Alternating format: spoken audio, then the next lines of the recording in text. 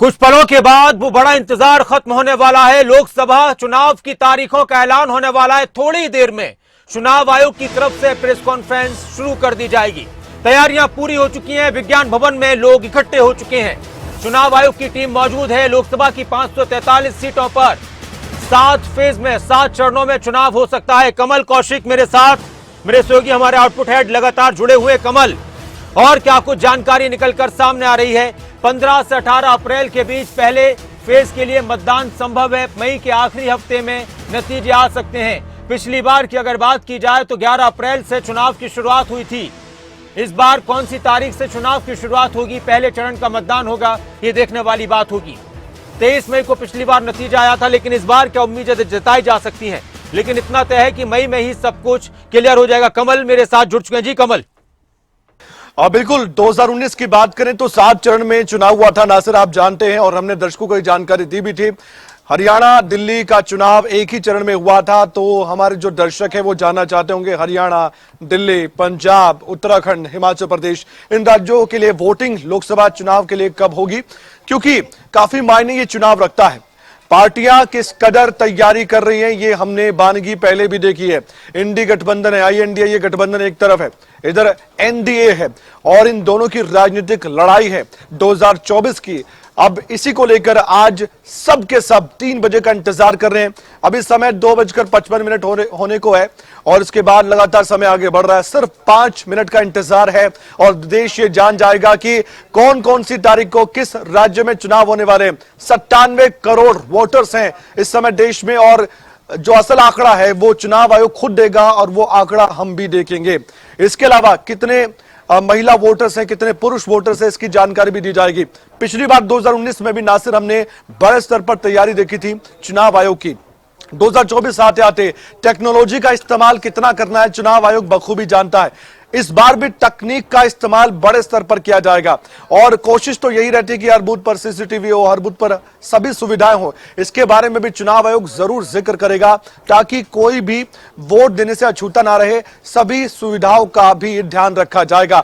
अलग से हमने पहले भी देखे थे कि महिलाओं के लिए बूथ था, जहां पर महिलाएं कर्मी थी, महिलाएं वोट डलवा रही थी, वहां पर सभी मतदाता जा रहे थे। ऐसे बूथ भी हमें इस बार भी देखने को मिल सकते हैं। पिंक बूथ जिसे हम कहते हैं, और वो महिलाओं के लिए बहुत खास भी रहता है। एक बड़ा संदेश चुनाव आयोग हमेशा से देता आया है। आज इस बार 2024 में किस तरह का स्लोगन रहने वाला है चुनाव आयोग का, इस पर भी नजर हमारी लगातार बनी हुई है। और मैं जब आपसे बात कर रहा हूं तो समय लगातार बढ़ रहा है। सिर्फ 3 मिनट के आसपास का ही वक्त बचा है जब ये प्रेस कॉन्फ्रेंस शुरू हो जाएगी, क्योंकि तैयारी पूरी है। अभी हमने दिखाया भी था, तस्वीरें लगातार सीधी सामने आ रही है, वो भी दर्शकों तक हम पहुंचा रहे हैं नासिर, क्योंकि हमारे देश के सभी लोग इस समय टेलीविजन पर और अपने मोबाइल पर ये सब कुछ देख पा रहे होंगे, हमें भी सुन पा रहे होंगे। इलेक्शन कमीशन की प्रेस कॉन्फ्रेंस को अभी थोड़ी देर बाद सुनेंगे। सब जानना चाहते हैं, क्योंकि ये लोकतंत्र का महापर्व है, और ये महापर्व वो महापर्व है जिसमें सभी की भागीदारी होनी बहुत जरूरी है। युवा वोटर्स पर किस तरह से प्रधानमंत्री ने फोकस किया, या अन्य पार्टियों ने, विपक्ष ने फोकस किया, और खुद PM ने उनका हौसला बढ़ाया, और देश को आगे बढ़ाने में उनका आने वाले वक्त में योगदान रहेगा। अगले 5 साल कैसे रहने वाले हैं, ये नई सरकार बनेगी, और ये नई सरकार हमारे देश के लोगों को बनानी है। इसलिए यह चुनाव हमारे लिए बहुत ज्यादा महत्वपूर्ण है, बहुत ज्यादा अहमियत रखता है। इस बार का चुनाव याद रहेगा। जो चुनाव में दिलचस्पी रखते हैं वो भी याद रखेंगे, जो नहीं रखते हैं कमल, हम दिलचस्पी अपने आप में एक आंकड़ा दिखा रहे थे कि 2014 में 5 मार्च को चुनाव का ऐलान हुआ था, और 2019 में 10 मार्च को चुनाव का ऐलान हुआ था, और 2024 में 16 मार्च को चुनाव का ऐलान होने जा रहा है, लोकसभा चुनाव का। चुनाव chief election commissioner of India Rajiv Kumar का इंतजार किया जा रहा है। बस कुछ ही पलों में वो आने वाले हैं, और 2 और चुनाव आयुक्त ज्ञानेश और सुखवीर संधू, उनका भी इंतजार किया जा रहा है। बाकी जो अधिकारी हैं, तस्वीरें सामने आ रही हैं, वो एक बार तस्वीरें हम लगातार आपको दिखाते हैं, लाइव तस्वीरें सीधी, और बस कुछ ही पलों का इंतजार है। जी कमल, और क्या जानकारी? देखिए, जानकारी इससे पहले यह मिल रही थी कि 6 या 7 चरण में ही इस बार का भी इलेक्शन हो सकता है। वैसे तो अब लगभग 2 मिनट बाकी हैं, प्रेस कॉन्फ्रेंस शुरू हो जाएगी विधिवत रूप से। क्योंकि आप तस्वीरें भी देख पा रहे हैं, दर्शक भी हमारे देख पा रहे हैं तस्वीरों को।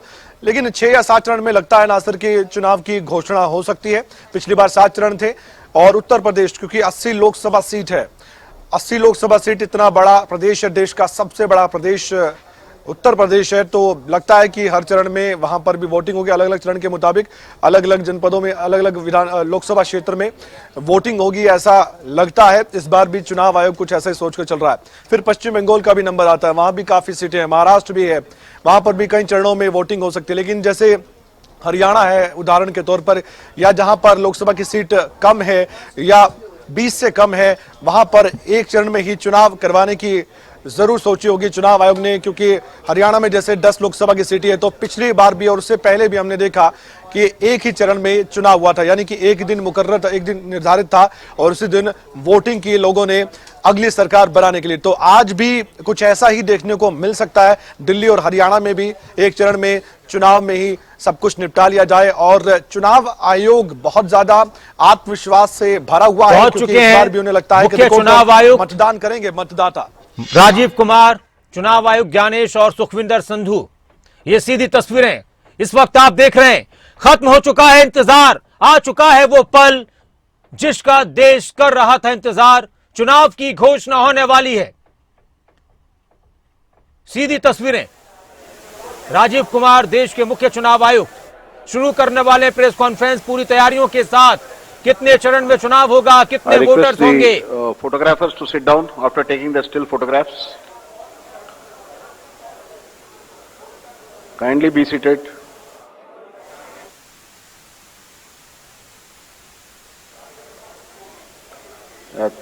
Thank you.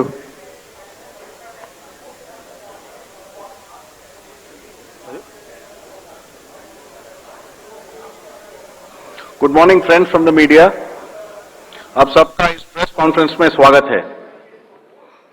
It's a big day today for all of us at ECI, and I would like to formally welcome you to this press conference to announce the schedule for general elections and some state assemblies.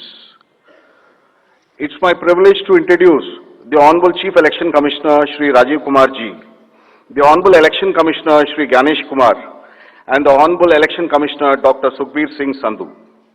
Also on the dais today are senior officials who have been a part of Team ECI in the past 2 years and have played a crucial role in the run-up to the general elections. Namely, Senior Deputy Election Commissioners Shri Dharmendra Sharma and Shri Nitesh Vyas. Also DECs Shri Udesh Kumar, Shri Ajay Bhadu, Shri R.K. Gupta and Shri Manoj Sahu. Another crucial team member has been DG IT Srimati Neeta Verma. Also on the dais is our Joint Director Media Anu Chandak, who is familiar to most of you here. I am B. Narayanan, DG Media for the Commission. The format is as follows. There will be opening remarks by the CEC along with the presentation. We will share the PDF copy of the presentation with all of you after this event is over. The PC is also being live streamed on X along with the slides and live streamed on our YouTube and Facebook. Following this PowerPoint, there will be a question and answer session. When you want to ask a question, raise your hand. Wait for a chance to be called by me to put your question. I will direct the micer to come to you. When it's your turn, introduce yourself and your organization and then ask your question. I request you to be brief and ask only one question at a time. Please keep your mobiles on silent mode. Sir, I request you to deliver your opening remarks. Thank you. Thank you, Mr. Narayanan. Good afternoon, friends. My recently joined distinguished colleagues, let me introduce you to them. Shri Ganesh Kumar ji on my right and on your left, and Shri Sukhbir Singh Sandhu ji on my left. Senior officials from Election Commission of India, friends from media और विभिन्न संचार माध्यमों से जुड़े हुए देश के मतदाता, आप सबको सबसे पहले अभिनंदन, नमस्कार। आप सभी का इस प्रेस कॉन्फ्रेंस में स्वागत है। As you see, our team is now complete. All three of us are here and we are fully prepared. So now our request is to all the voters to get inked. Please, the entire team in the ECI is ready to ink the voters. Please join us. I think this is the most awaited press conference in this part of the year. we address you at a precious moment when we as a nation are set to reiterate our pledge to electoral democracy, when Indians will together express their will once again. This is historic opportunity for all of us. By the way, this year also marks a pivotal moment in the global landscape of democracies. 2024 is a year of elections across the world. Over 5 dozen nations and people will vote across the hemispheres, across the date lines. However, India's elections have been like a pole star, both for its quantity and quality, and I'll elaborate it in detail in this conference. दुनिया के सबसे बड़े और सबसे जीवंत लोकतंत्र के रूप में भारत पर सभी का ध्यान केंद्रित रहता है, जहां चुनाव एक त्योहार है जिसमें लोकतंत्र के रंग उभरते हैं और देश के सभी हिस्से उसमें समावेश होते हैं। चुनाव का पर्व, देश का गर्व। Let me say in the very beginning that it is our promise to deliver a national election in a manner that we add to our global shine and remain a beacon for electoral democracies across the world. We are committed to give the nation a truly festive democratic environment. Friends, the term of 17th Lok Sabha is due to expire on 16th June 24. The term of legislative assemblies of Andhra Pradesh, Odisha, Arunachal, Sikkim are also due to expire in June 24. Jammu Kashmir assembly में भी चुनाव due हैं। We in the Commission understand with all humility at our command, that every election is a new test and failure is not an option. The entire election machinery has been trained on all aspects of election management. I had myself personally interacted with over 800 district magistrates across the length and breadth of the country.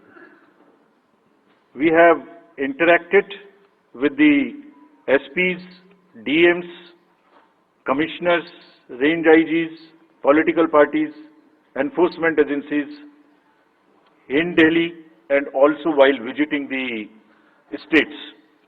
और पूरी states में इन सबके साथ समीक्षा करने के दौरान और उसके बाद हमें ये विश्वास है कि हम एक यादगार, स्वतंत्र, निष्पक्ष चुनाव एक पर्व के रूप में सबकी भागीदारी के साथ सुनिश्चित कराएंगे।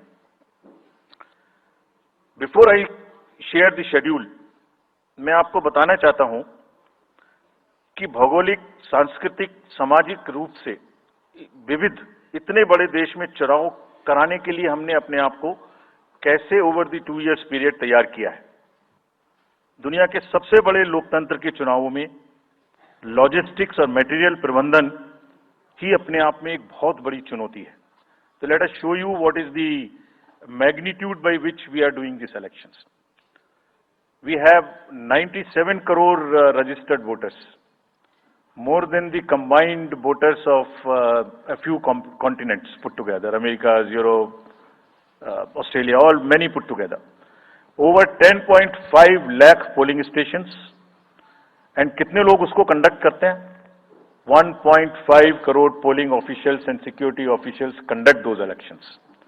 More than 55 lakh EVMs, 4 lakh vehicles, और अब तक हम क्या कर चुके हैं? 17 general elections to the parliament, 400 से ज्यादा असेंबली इलेक्शंस कर चुके हैं। ये इलेक्शन कमीशन का एक लीगेसी है। 16 presidential elections, 16 vice presidential elections, a truly gold standard. It's a gold standard in the entire election management. Friends, there is a qualitative leapfrog which Commission is ensuring, which would be shown by the outcomes of the 11 state elections which we have held recently. पिछले 1.25 साल के अंदर में 11 elections state assemblies के देश में हुए हैं, और आज जो हम नए जो 2024 में जा रहे हैं तो इस दृढ़ता के साथ जा रहे हैं कि जो उनके आउटकम्स हैं वो आपको दिखा रहे हैं। पहले वो पीसफुल हुए, वायलेंस फ्री हुए। जो इसमें से 1-2 स्टेट में वायलेंस होती थी वहां भी वायलेंस नहीं हुई। नियर जीरो रूपोल्स, और कैंपेनिंग जो क्लटर है, जो नॉइज है, जो कैंपेन के दौरान होती है पॉलिटिकल पार्टीज की, उसमें भी घटित देखने को मिली। कोर्ट केसेस रिड्यूस हुए, कोर्ट की टिप्पणियां जो अनावश्यक या हमारे ऊपर में होती थी वो कम हुई, सीजर्स बढ़े और फेक न्यूज पर एक एक्शन लेने का जो तरीका था वो बहुत बड़ा। तो लास्ट 2 इयर्स में इसको और रोबस्ट करने के लिए हमने क्या क्या किया है ये हम आपको आज दिखाएंगे और उसको कैसे बेहतर करेंगे ये भी दिखाएंगे। हम कहां पहुंचना चाहते हैं, इस इलेक्शन को किस तरीके से डिलीवर करना चाहते हैं, ये भी आपको लास्ट स्लाइड में दिखाएंगे।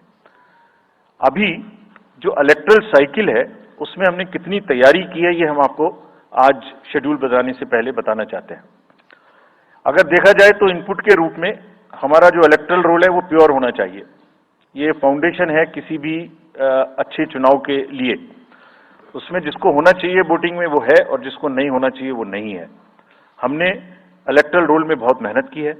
इनपुट के तौर में material, man power, technology, training, इतनी चीजें लगती हैं। प्रोसेस के रूप में जो डिसरप्टिव चैलेंजेस हैं, muscle power, money power, mis information, MCC violation और reaching out to the missing voters, urban apathy, youth apathy और ओवरकमिंग ऑपरेशनल चैलेंजेस जिसमें reaching in inaccessible areas in this wide country and what outcomes we want, that is what is we will tell you little later also. तो पहला जो input है ये एक mosaic है जो देश की वोटर्स की, इलेक्टर्स की पिक्चर है। क्या दिखाती है ये? It's a very diverse mosaic. 96.8 crores are the total electors in the country, of which 49.7 crore are male and 47.1 crore are female. और जो यंग वोटर्स हैं, बहुत मेहनत की हमने पिछले साल में, वो 1.82 करोड़ फर्स्ट टाइम वोटर्स इस बार इन चुनावों में वोट देने के लिए हमारे इलेक्टरल रोल्स में हैं। और अगर इसको हम 20 से 29 साल के वर्ष में देखें, वो भी तो यंग ही हैं, कोई अभी बड़े तो हुए नहीं हैं, तो 18 से जो 29 हैं वो करीब 21.5 लाख वोटर हैं। 1.80 करोड़ 18 से 19 और 20 से 29 में 19.74 करोड़, यानी 21.5 करोड़ वोटर्स एब्सोल्युटली यंग, जो कि डेमोक्रेसी में भाग लेंगे और अपना फ्यूचर अपने से डिसाइड करेंगे, because they are the biggest stake holders in the democracy because they have a larger time to contribute in the society. अगर हम देखें तो बहुत इंक्लूसिव करने के लिए there are 88.4 lakh persons with disabilities who are part of our voter list. We have made a special effort कि जितने हमारे मतदाता हैं उस तरह के उनको हम अपने इलेक्टरल रोल में लेके आए। 82 लाख लोग ऐसे हैं जो 85 वर्ष से ऊपर हैं और वो हमारे प्राउड मतदाता हैं। We feel very proud to have them with us. और उसमें से 2,18,000 लोग देश में 100 वर्ष से अधिक के मतदाता भी हैं जो हमारे इलेक्टरल रोल में। So the mosaic is, transgenders भी हैं 48,000। तो मोज़ेक इज लाइक 18 से 19, 20 से 28, 85 transgenders, person with disabilities and in the entire country, length and breadth of the country. इस रिगरस जो प्रोसीजर है इसको बनाने में कितनी मेहनत लगती है, ये मैं दिखाना चाहता हूं कि हर स्टेज पे इलेक्टरल रोल के प्रिपरेशन करते समय पॉलिटिकल पार्टीज को इन्वॉल्व किया जाता है, ताकि कोई हमसे ये ना प्रश्न कहे कि आपने अपने से इलेक्टरल रोल बनाया और हमें बताया भी नहीं। So when the electoral roll preparation starts, we make a draft publication. We give 2 copies free of cost to the political parties. उसके बाद जितने फॉर्म 6, फॉर्म 7, फॉर्म 8, नया नाम जुड़ने के, डिलीशन के, मॉडिफिकेशन के, मेरा नाम बदल है, घर बदल गया, वो सब की कॉपी हम शेयर करते हैं, उसके मिनट्स बनाते हैं। और इस बार हमने और जोर दिया कि बूथ लेवल एजेंट्स अगर पॉलिटिकल पार्टी हमारे BLOs के साथ लगाना चाहें तो लगाएं। और across the length and breadth of the country, all the district magistrates, we are absolutely confident that silently we were working. सबने पॉलिटिकल पार्टीज के साथ में हर डिस्ट्रिक्ट में कम से कम 1, 2, 3 मीटिंग्स की हैं, उनको सारे ड्राफ्ट रोल्स दिखाए हैं, दिखाने के बाद जितने ऑब्जेक्शंस हैं वो उनको पूरा किया है और उसके मिनट्स बना के रखे हैं। Friends, We are very confident that, and we are conscious that a very solid electoral roll is the foundation stone on any election, and we are ready to go with this. We have also worked on the women voters. Women voters का जो gender ratio है वो बढ़ के अब 948 हो गया, which is again a very healthy sign of women participation increasing in our electoral cycle. राज्य, देश के 12 राज्य ऐसे हैं जहां आज 1000 से ऊपर जेंडर रेशियो है, यानी महिला वोटर्स की संख्या मेल से ज्यादा है। और जैसे मैंने अभी आपको बताया था कि 1.89 नए वोटर्स हमने जुड़े हैं, उनमें से 18 से 19 में 85 लाख हमारी लड़कियां हैं, फीमेल वोटर्स हैं। So they are going side by side, and this is again a very healthy sign that women are also equally participating in our election. और जैसे वुमेन पार्टिसिपेशन है, ऐसे ही youth participation is another area which the commission is very conscious, and commission is also consistently focusing on. 13 से जो 1.8 करोड़ मैंने आपको बताया, 19 करोड़ वोटर्स 20 से 19, और जिस किसी की भी उम्र 1 जनवरी 2024 को 18 साल नहीं हुई थी, उसका भी नाम हमने एडवांस में एप्लीकेशन में लिया, जो 2024 के किसी भी समय में जिनकी उम्र 18 साल होने वाली है। And you would be happy to note that out of 13.4 lakh advance applications which have come to us, around 5 to 6 lakhs are such who will complete the age of 18 by 1st of April 2024, और वो भी हमारे voter उस समय तक बन जाएंगे। यानी the roll would be as much updated on 1st of April कि कोई भी छूटे नहीं। नेशनल आइकन्स को बड़ी संख्या में हमने यूथ को अपने साथ जोड़ने के लिए इस कार्य में लगाया है। हमें विश्वास है कि यूथ न सिर्फ वोट करेंगे बल्कि हमारे एम्बेसडर्स भी बनेंगे।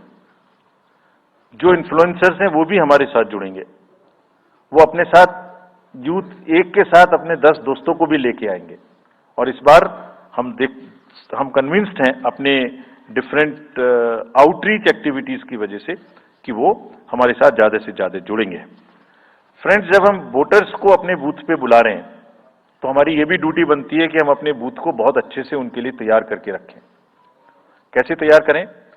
हर बूथ पे पीने का पानी होगा, टॉयलेट होगा, मेल एंड फीमेल अलग, साइनेज होगा, पर्सन्स विद डिसेबिलिटी के लिए रैंप होगा, एक व्हील चेयर होगी, हेल्प डेस्क होगी, वोटर फैसिलिटेशन सेंटर होगा, और शेड भी होगा, सफिशिएंट लाइट भी होगी।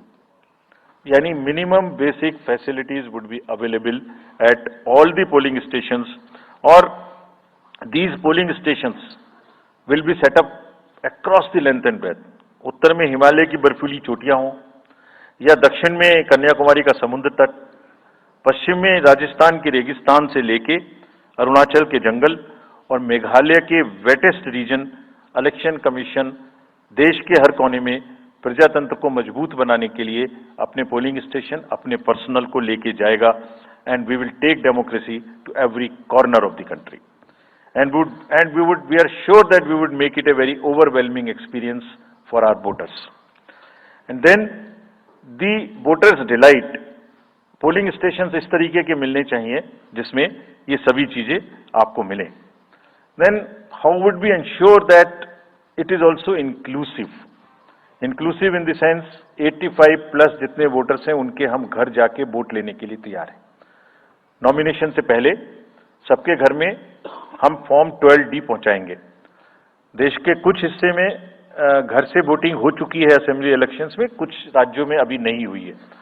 अब इस बार पूरे देश में पहली बार ये व्यवस्था एक साथ लागू होगी कि जो 85 वर्ष से ऊपर के मतदाता हैं, जो पर्सन्स विद डिसेबिलिटी हैं, 40 इयर्स एंड 40% से ज्यादा की जिनको डिसेबिलिटी है, वो सब के पास हम फॉर्म पहुंचाएंगे। अगर वो ये ऑप्ट करेंगे कि वो फॉर्म वो बूथ पर नहीं आना चाहते, घर से करना चाहते, तो हम घर में जाएंगे, एक आदमी का वोट लेने घर में जाएंगे। हालांकि हमारा तजुर्बा यह है कि ज्यादातर लोग उस एज के बूथ पर आना चाहते हैं, because they have consistently been part of our democracy.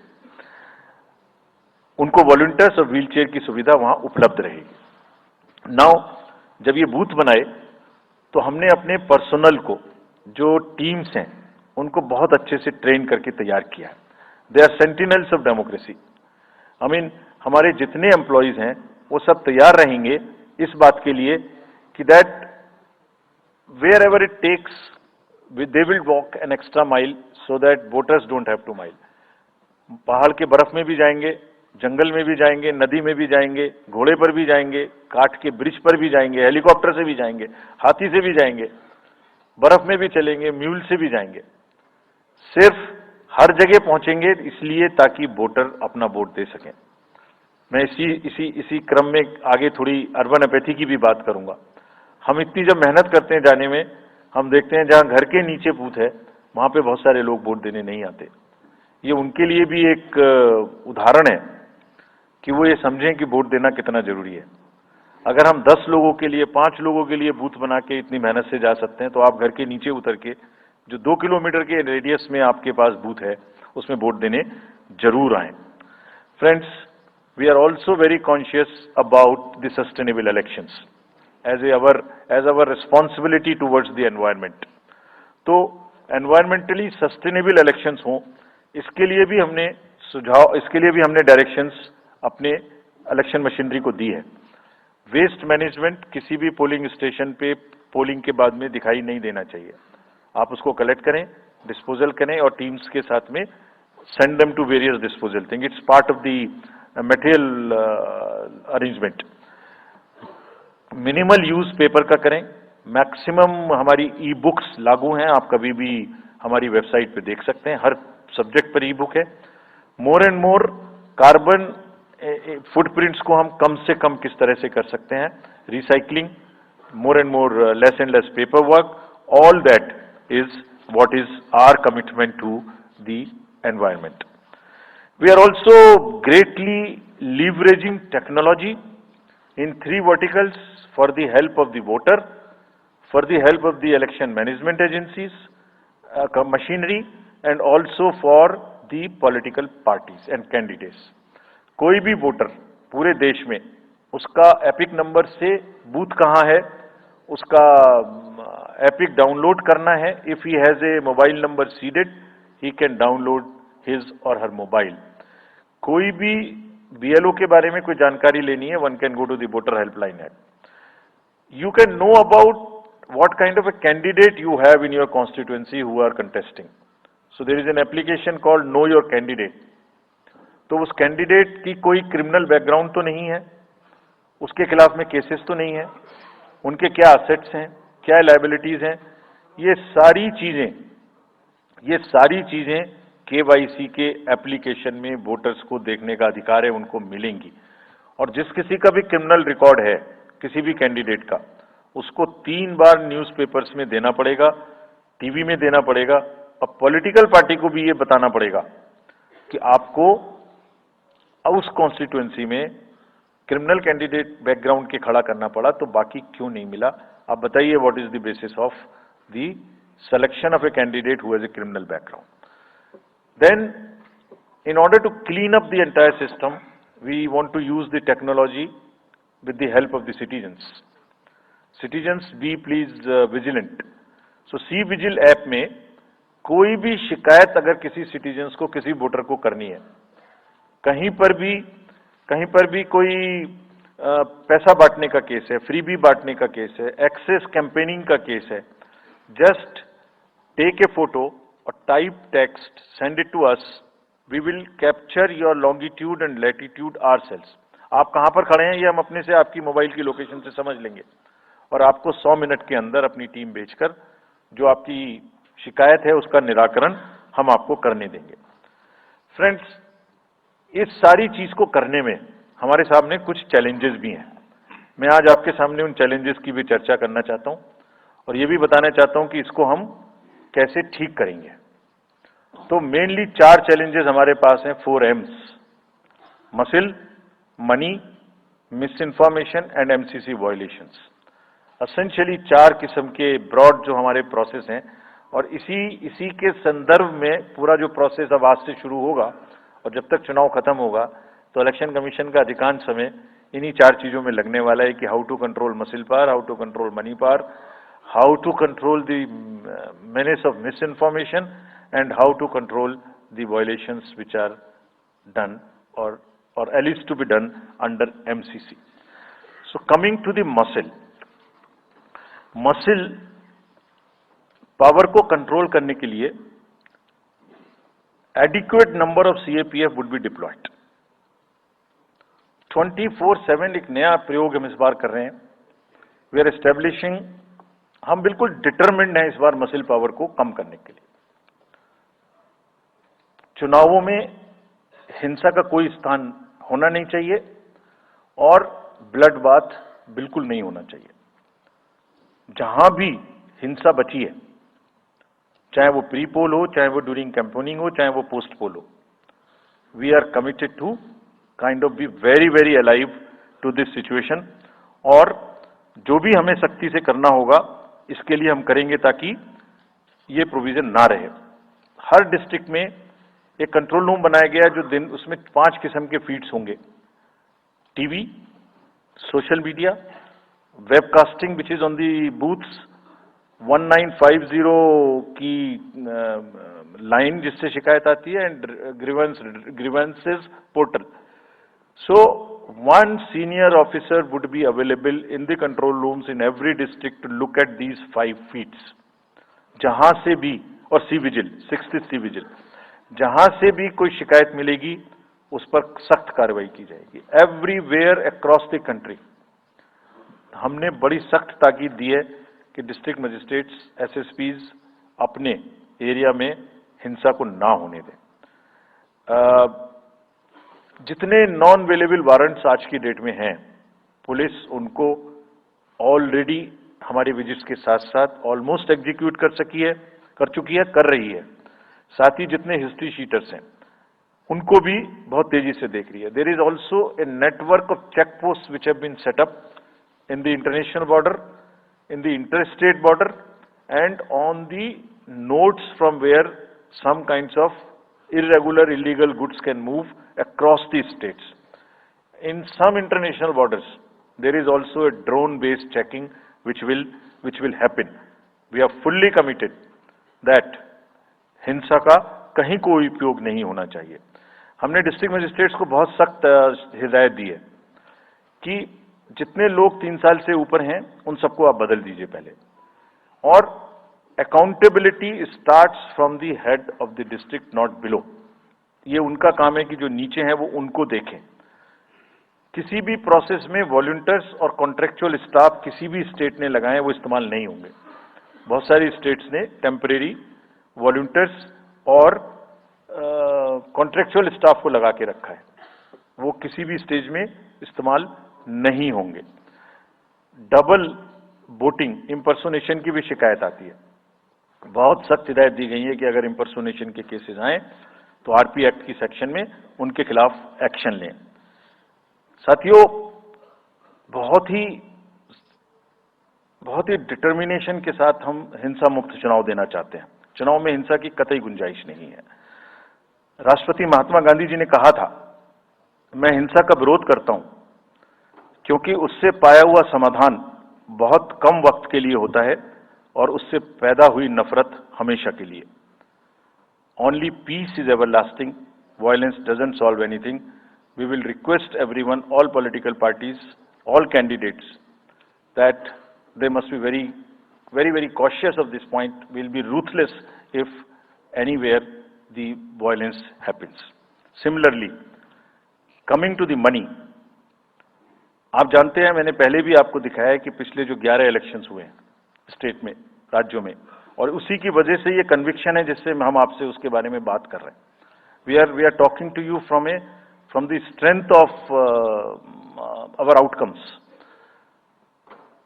3400 crore रुपए के करीब का कैश मूवमेंट को रेस्ट्रिक्ट किया गया 11 इलेक्शन में। एवरी स्टेट, राजस्थान, तेलंगाना, मध्य प्रदेश, नागालैंड, गुजरात, हिमाचल, मिजोरम, त्रिपुरा, छत्तीसगढ़, हर स्टेट में उससे पहले इलेक्शन में जो भी हुआ था उससे 200, 400, 500, 700% की वृद्धि हुई। टोटल 3400 करोड़ इज अराउंड 835% हायर। ये जो धन बल का जो उपयोग है, जो धन का उपयोग है, जैसे बल का उपयोग कुछ राज्यों में ज्यादा है, ऐसी धन का उपयोग भी कुछ राज्यों में ज्यादा है। हम इस बात से भी बहुत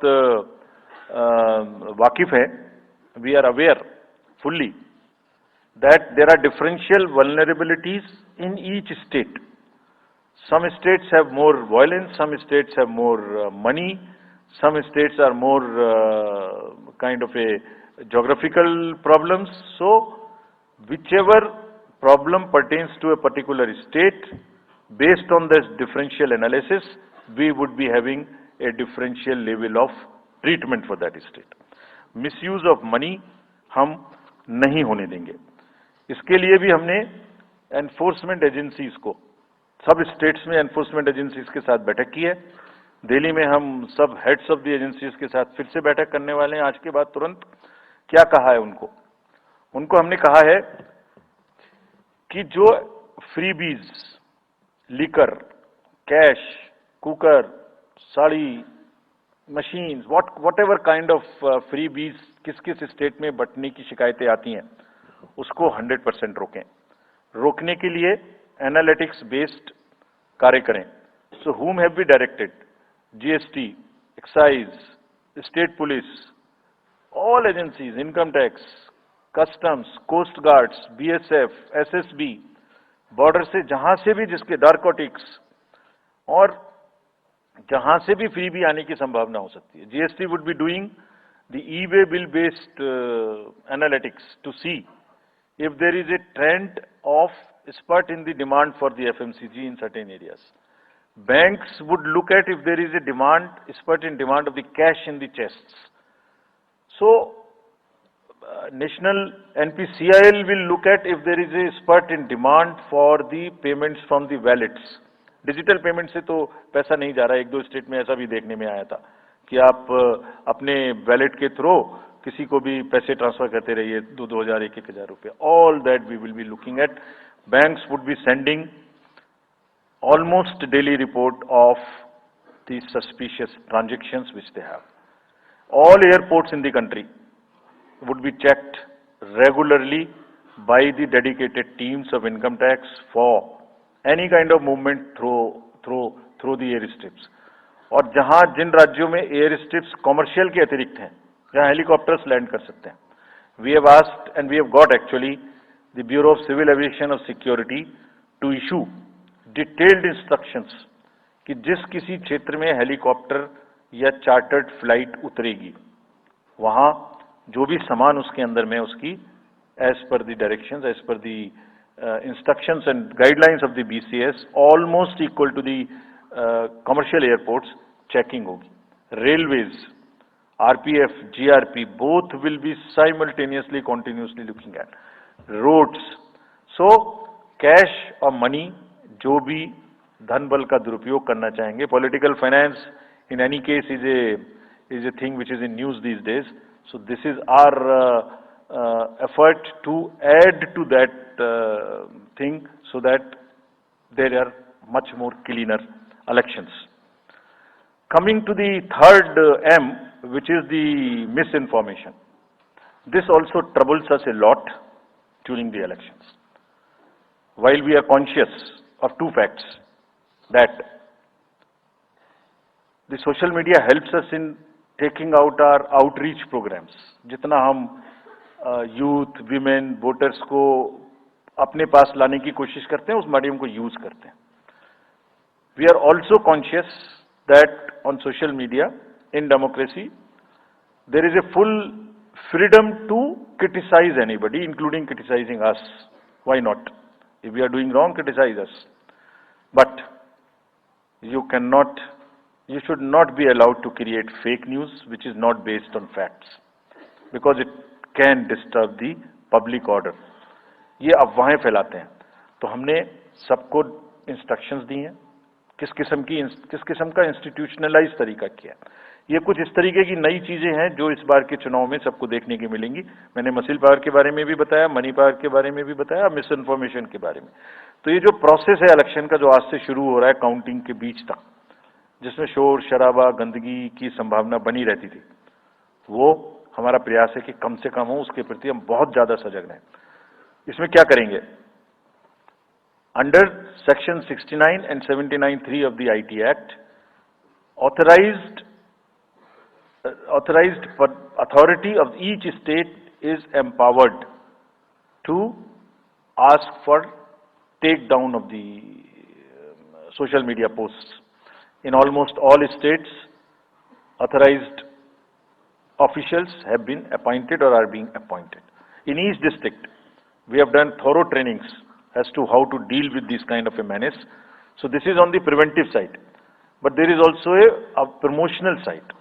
All our entire machinery will now react to whatever is coming by facts. We will try and join the issue instead of being in the background. If somebody is trying to do a fake kind of a narrative, which is disturbing the level playing field, which is disturbing the public order, or which is not based on the facts, and which has crossed the line of the criticism, we would be also joining them. We will also launch very soon on our website something called myth versus reality. This is going to be live very soon. Means ये myth फैलाया जा रहा है, ये उसकी reality है। हम अपनी तरफ से आगे बढ़ के आपको educate करेंगे कि ये उसकी reality है। और सोशल मीडिया के बारे में आप सबसे भी एक अपील है कि थोड़ा देख लें, मतलब जो आया उसको आगे नहीं करना चाहिए। इसमें एक बहुत बड़ा झूठ का बाजार भी है। मैं इसके बारे में सोच रहा था तो मैंने कुछ चंद लाइनें लिखी थी जो आपको बताना चाहता हूं। झूठ के बाजार में रौनक तो बहुत है, गोया बुलबुले जैसी तुरंत ही फट जाती है। पकड़ भी लोगे तो क्या हासिल होगा सिवाय धोखे के। तो उसको थोड़ा रोक के देखें, समझ लें आगे बढ़ाने लायक है कि नहीं है, ना बढ़ाएं। Now friends, the last problem, चुनाव के दौरान हमारे सामने एक और बहुत बड़ी समस्या है, और वो समस्या है चुनावी प्रक्रिया का, पॉलिटिकल डिस्कोर्स का घटता हुआ स्तर, जिसमें as we call it, it's a plumbing level of the political discourse. अगर हमने सब पॉलिटिकल पार्टीज को बहुत स्ट्रांग एडवाइजरी इशू की हैं, आप पूछेंगे कि एडवाइजरी तो दी, उसके बाद एक्शन क्या होगा, उसका भी जवाब मैं आपको दूंगा। एडवाइजरी इशू की हैं, जो भी पिछले 11-12 इलेक्शंस में, एक्चुअली जो पिछले 5 साल में जितने भी एमसीसी के वायलेशंस होते रहे, उसको हमने इकट्ठा करके एक फाइनल एडवाइजरी दी है before the 24th। So this is how we have set our grounds, and what we have done in that, we have set, we are putting political parties on notice. Means we have asked political parties to give copy of our guidelines to each star campaigner. Political parties के जितने भी बड़े नेतागण star campaigners हैं जो campaigning करेंगे, उनके व्यक्तिगत नोटिस में हमारी गाइडलाइंस ले आइए। ये जिम्मेदारी हमने पॉलिटिकल पार्टीज को दी है। So now what is happening, we have put them on notice and we will presume knowledge of the guidelines. These are the two fundamental changes which we have made silently. People were asking, you issued so many notices last time, did nothing. You left it at that. That was a moral censor. Now we will go beyond. We will go beyond, and here we have said we will also look at the past. We will also look at the history. We might look at a calibrated approach dealing with the MCC violations, which may be, जो MCC violations किस प्रकार की हो सकती हैं। I mean statements which should inspire rather than divide, issue based campaign हो, hate speeches, religious speeches, private life का criticism is what is absolutely avoidable. People should be refraining from giving unverified and misleading advertisements or masquerading as an advertisement as a news. इसमें हमने editors को भी advisory issue की है। वो एक newspaper में बड़ा बड़ा ऊपर में छप जाता है कि इसकी लहर और उसकी लहर। अगर ऐसा है तो साफ साफ लिखें कि ये एडवर्टाइजमेंट है, let it not pass through advertisement. We have issued these advisories. Now the time is, during this election, to go beyond advisories, take concrete action, for which in the advisories there are relevant sections of the acts which are also inbuilt. So notice is there, knowledge is there, sections are there. So please, our request is कि campaigning के दौरान please don't try to cross the red line. ये वैसे भी इसलिए जरूरी है that in this digital world, जो भी एक बार मुंह से निकलता है उसका रिकॉर्ड तो 100 साल तक के लिए पैदा हो गया, वो बार बार चलता रहता है. So please avoid creating digital memory of bad words which are coming from your mouth. Please be civilised during the election. This is what is our advice. और एक बार जब लड़ाई झगड़ा होता है ना तो प्रेम का धागा टूट जाता है, और जब प्रेम का धागा टूट गया तो बड़ी मुश्किल होती है. रहीम ने कहा था, रहीमन धागा प्रेम का मत तोड़ो चिटकाए, टूटे से फिर ना मिले, मिले गांठ पड़ जाए. तो क्यों ऐसी गांठ बांधनी है? थोड़ा प्यार मोहब्बत से कैंपेनिंग करें, शोर शराबा कम हो. फ्रेंड्स, पॉलिटिकल पार्टीज को और भी बहुत सारी स्ट्रीमलाइन करने के लिए उनकी एक्टिविटीज को हमने कदम उठाए हैं. ये मैं पिक्चर आपको इसलिए दिखा रहा हूं कि हर फील्ड के अंदर में we are ready that how we would control this. क्या किया है? Around 537 registered unrecognised political parties have been taken out of the political space. वो क्या करती थी? किसी के नाम में कैंडिडेट खड़ा कर दिया, गाड़ियों की परमिशन ले ली, दूसरा कोई यूज कर रहा है, किस्म किस्म की भांति एंटाइटलमेंट ले लिया, भांति भांति का वो they were cluttering the political space, crowding out the genuine persons. So that is what it has been done. सारी फाइनेंशियल जितने भी अकाउंट्स हैं पॉलिटिकल पार्टीज के और जितनी भी कंट्रीब्यूशन रिपोर्ट्स हैं वो सब डिजिटाइज्ड फॉर्म में हमारे पास आएंगी, ऐसा हमने उनको कहा.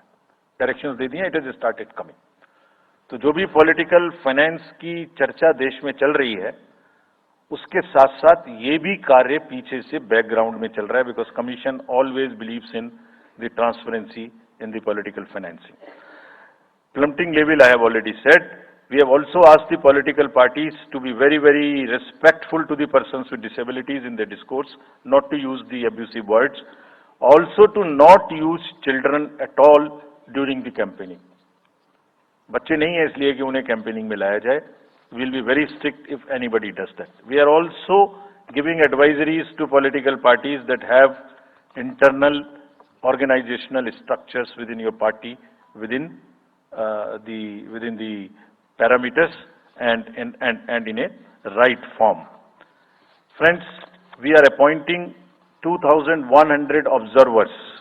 जितनी चीजें मैंने आपको बताई, ये सब चीज को फील्ड ऑफिसर्स तो करेंगे ही करेंगे.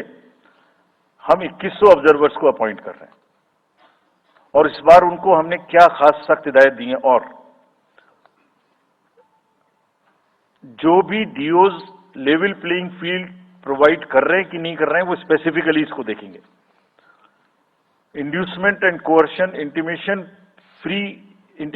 फ्री इलेक्शन हो, इस पर स्पेसिफिकली नजर रखेंगे, हमें रिपोर्ट करेंगे.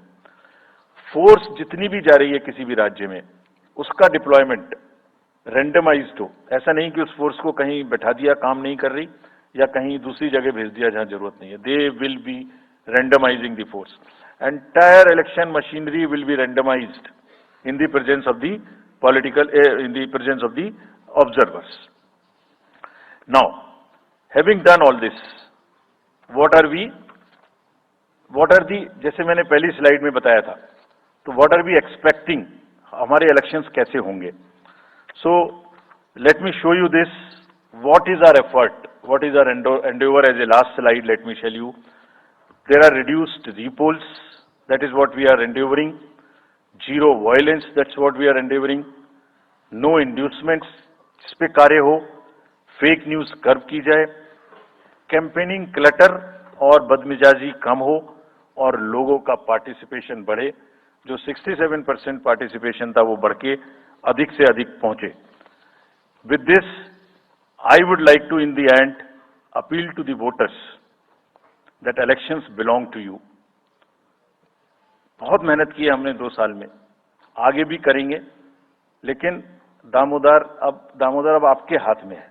We are handing over the baton to you. Please come and vote. Political अपने जितने भी हमारे चुनाव कराने कर्मी जाएंगे, उनसे मैं फिर से एक बार अपील करना चाहता हूं, आज सुन रहे होंगे कहीं ना कहीं, कि लेवल प्लेइंग फील्ड प्रोवाइड करना उनका परम धर्म है। इसमें से कतई भी कोताही ना बरतें। उनको बताया गया है, इंस्ट्रक्शंस दी गई हैं, अगर बरतेंगे तो will be ruthless in dealing, because majority ऐसा नहीं करती। अगर एक दो करेगा तो उसकी वजह से हम अपने इलेक्शंस को बदनाम नहीं होने देंगे। Will be ruthless. And lastly, my appeal to the political parties again. We are very committed for ethical political discourse. I would like parties to again appeal that please maintain decorum in campaigning and refrain from abuses and personal attacks.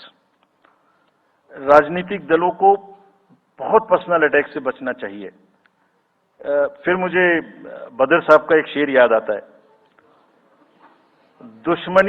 दुश्मनी जमकर करो लेकिन ये गुंजाइश रहे। दुश्मनी जम के करो लेकिन ये गुंजाइश रहे, जब कभी हम दोस्त हो जाएं तो शर्मिंदा ना हो। और वैसे भी आजकल जल्दी जल्दी दोस्त बनना और जल्दी जल्दी दुश्मन बनने की प्रक्रिया थोड़ी ज्यादा चल रही है।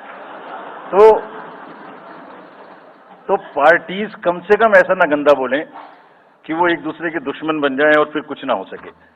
With this I would once again thank all the press media who have come here very sincerely.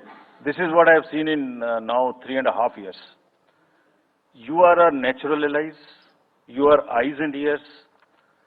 हमारा कोई क्रिटिसिज्म होता है आप करते हैं, हम अपनी बात कहते हैं आप करते हैं। आप ही के थ्रू हम वोटर्स पे पहुंच सकते हैं। प्लीज वोटर्स तक हमारी बात पहुंचाइए, उनको बाहर निकलवाइए। ये सारी स्लाइड्स, सारा प्रेजेंटेशन आपको अभी तुरंत इसी माध्यम से हमारी वेबसाइट पे मिल जाएगा। Download, use it in your stories. कुछ और चाहिए तो हमें बताइए, हम देंगे। Now I come to the schedule which you were waiting, and I hope I didn't delay it. I have not bored you by what I said.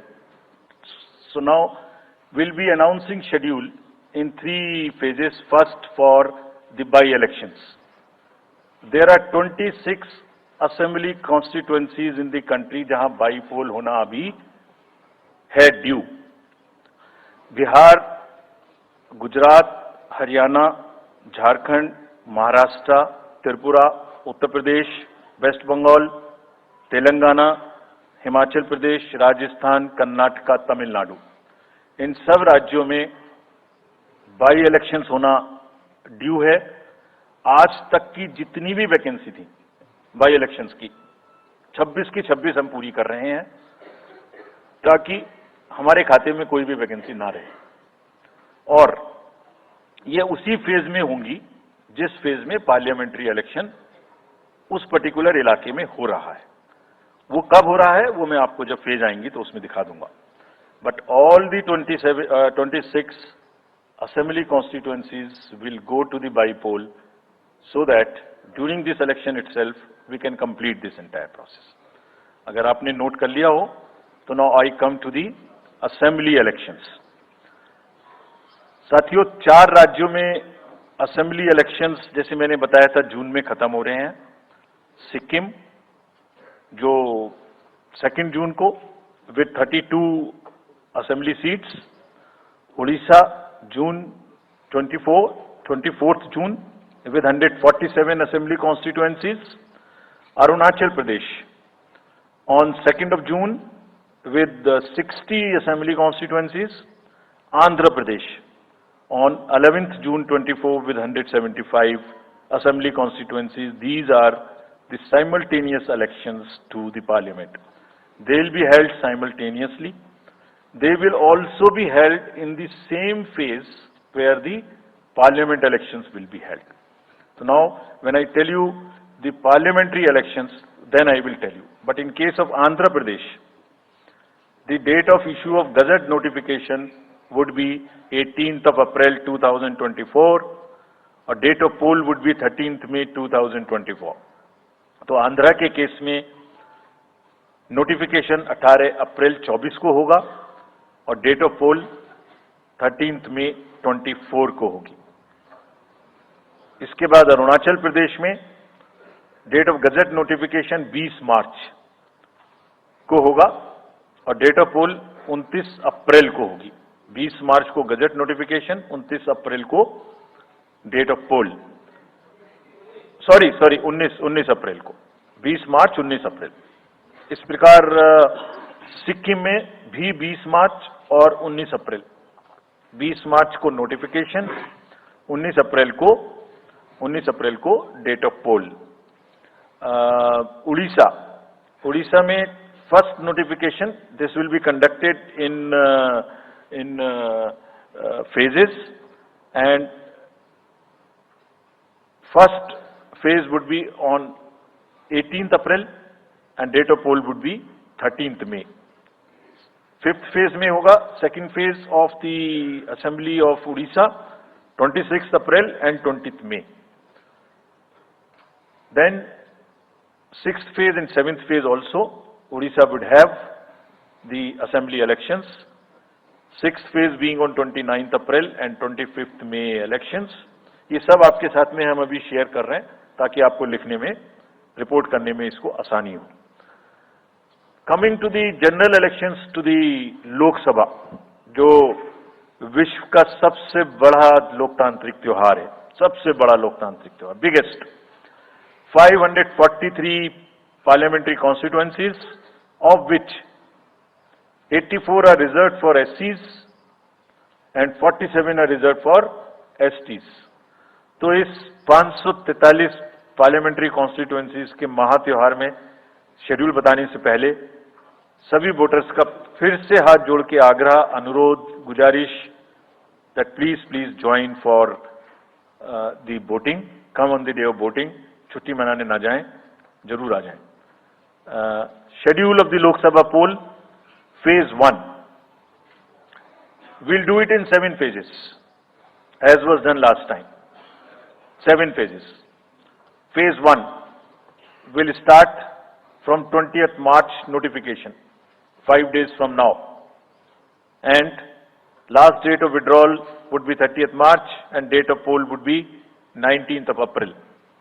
इसमें phase 1 का शेड्यूल एक दिन से हमें 2 बार करना पड़ रहा है, फिर बिहार के लिए वहां एक फेस्टिवल है, तो नोटिफिकेशन की डेट सेम है, लेकिन बस लास्ट डेट ऑफ विड्रॉल हमें 30 मार्च की जगह 2 अप्रैल सिर्फ बिहार की फर्स्ट फेज के लिए करनी पड़ रही है, क्योंकि वहां त्योहार है।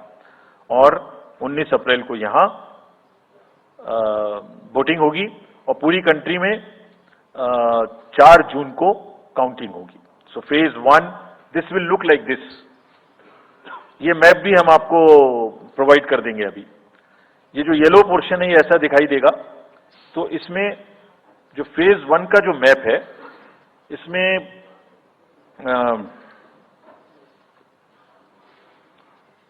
नॉर्थ ईस्ट, नीचे तमिलनाडु, राजस्थान, सेंटर में छत्तीसगढ़, मध्य प्रदेश और उत्तराखंड, और ऊपर में जम्मू कश्मीर की 1 पार्लियामेंट्री कॉन्स्टिट्यूएंसी। ये येलो फर्स्ट फेज का आपके सामने में मैप है। सेकंड फेज और फर्स्ट फेज में 21 स्टेट्स जाएंगी पोल में। Second phase notification will start on 28th of March and date of poll will be 26th of April. Similarly here, in case of J&K, because of the some holiday, the date of one day would be different, date of security of nomination would be different, but date of gazette notification or date of poll would be common. Phase 1 में 21 राज्य polling में जाएंगे और phase 2 में उसमें से और राज्य जुड़ जाएंगे। सो this is the map which would be phase 2, जिसमें हम नॉर्थ ईस्ट में काफी जगह चुनाव को कंप्लीट करते हुए, तमिलनाडु में कंप्लीट करते हुए, सेकेंड फेज में राजस्थान को भी कंप्लीट करेंगे। Phase 3 would be from 12th of April and date of poll will be 7th of May. इसमें भी टोटल 12 स्टेट्स उस समय में जा रही होंगी और इस फेज में 3 नए राज्य में चुनाव शुरू होगा। इसका मैप कुछ इस तरह से दिखाई देगा। राजस्थान हम कवर कर चुके होंगे, तमिलनाडु कवर कर चुके होंगे, केरला कवर कर चुके होंगे, गुजरात इसमें कवर कर लेंगे, नॉर्थ ईस्ट पूरा कवर कर चुके होंगे और हम नए राज्यों को मिला के 3 इसमें नए राज्य भी जुड़ेंगे। 4th फेज में 18 अप्रैल को गजट नोटिफिकेशन होगा और date of polling would be 13th of May.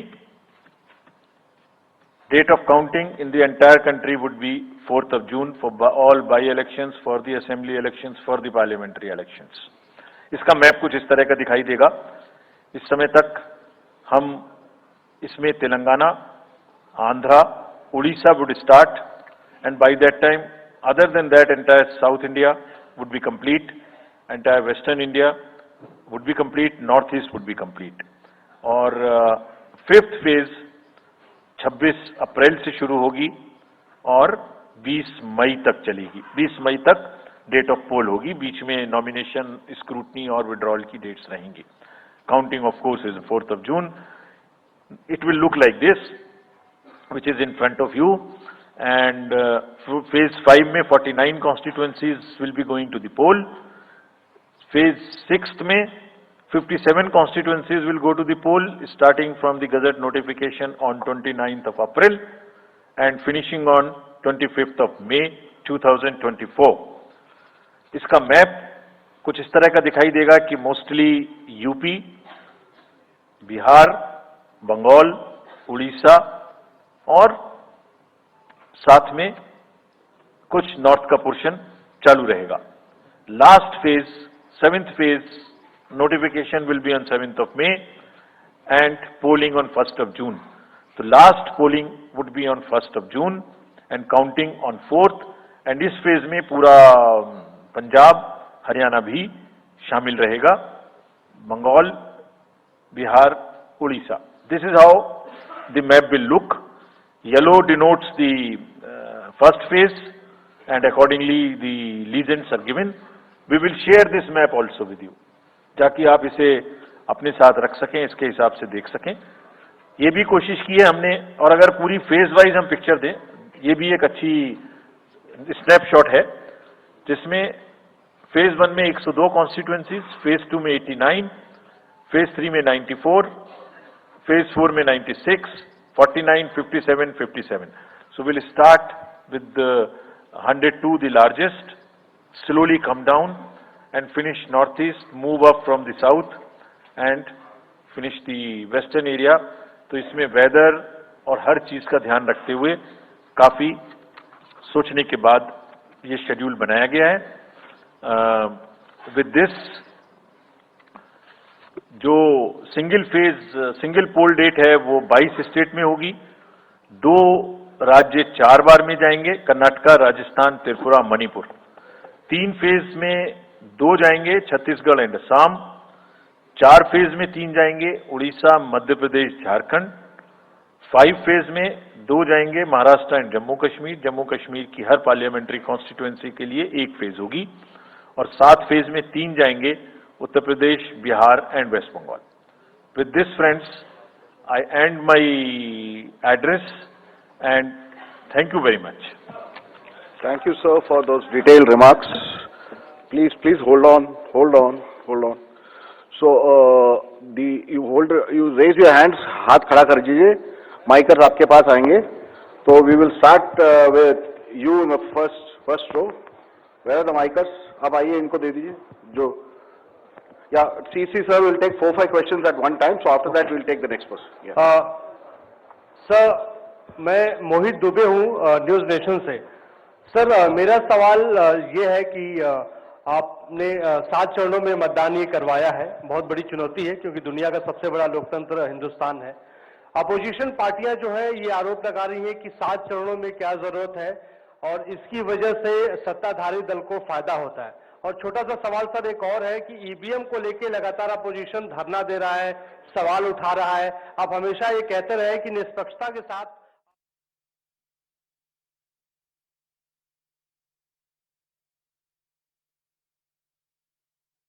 इंतजार था। लोकसभा चुनाव की तारीखों का ऐलान हो चुका है। 7 चरणों में चुनाव होंगे। मुख्य चुनाव आयुक्त राजीव कुमार ने घोषणा की है 19 अप्रैल को पहले फेज का चुनाव होगा।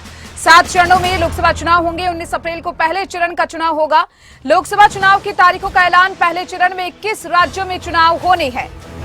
पहले चरण की 19 अप्रैल को वोटिंग होनी है। इलेक्शन कमीशन ने बताया 26 अप्रैल को दूसरे चरण और 7 मई को तीसरे चरण का चुनाव होना है। 13 मई की बात करें तो 13 मई को चौथे चरण का चुनाव होगा। 20 मई को 5वें चरण का चुनाव होगा। 7 फेज में कुल चुनाव होंगे। 25 मई को छठे चरण का चुनाव होगा। लोकसभा चुनाव की तारीखों का ऐलान तो वहीं 1 जून को 7वें चरण का चुनाव और जून में जो तस्वीर है वो साफ हो पाएगी, ऑल क्लियर हो पाएगा। 4 जून को मतगणना होगी। लोकसभा चुनाव की तारीखों का ऐलान। 7 चरणों में लोकसभा चुनाव होनी है। मुख्य चुनाव आयुक्त राजीव कुमार ने प्रेस कॉन्फ्रेंस के जरिए इस बात की जानकारी दी है। आपको बता दें जिस पल का सभी को इंतजार था, सभी राजनीतिक पार्टियों को, पूरे देश को उन तारीखों का ऐलान हो चुका है। 7 फेज में चुनाव होंगे। 7 चरणों में लोकसभा चुनाव संपन्न करवाए जाएंगे। 4 जून को चुनाव के नतीजे आएंगे। 19 अप्रैल को पहला चरण होगा और पहले चरण में आपको बताएं 21 राज्यों में चुनाव होनी है। लोकतंत्र के महापर्व का आगाज हो चुका है और ऐलान हो चुका है लोकसभा चुनाव की तारीखों का। 7 मई को तीसरे चरण का चुनाव होना है। 13 मई को चौथे चरण का चुनाव होगा। 26 अप्रैल को दूसरे चरण का चुनाव होगा। 4 जून को मतगणना और चुनाव के रिजल्ट आ जाएंगे। 1 जून को आखिरी चरण यानी 7वें चरण का चुनाव होगा। लोकसभा चुनाव को लेकर ये बड़ी खबर। लोकसभा चुनाव की तारीखों का ऐलान हो चुका है। मुख्य चुनाव आयुक्त राजीव कुमार ने प्रेस कॉन्फ्रेंस कर इस बात की घोषणा की 7 चरणों में लोकसभा चुनाव होने वाली हैं। सभी राजनीतिक पार्टियों को, पूरे देश को इस पल का बेसब्री से इंतजार था और आज उन तारीखों का ऐलान हो चुका है। आपको बताएं पहले चरण के मतदान 19 अप्रैल से शुरू हो रही हैं। अगर 2019 की बात करें तो 2019 में 11 अप्रैल को पहले चरण का चुनाव रखा गया था।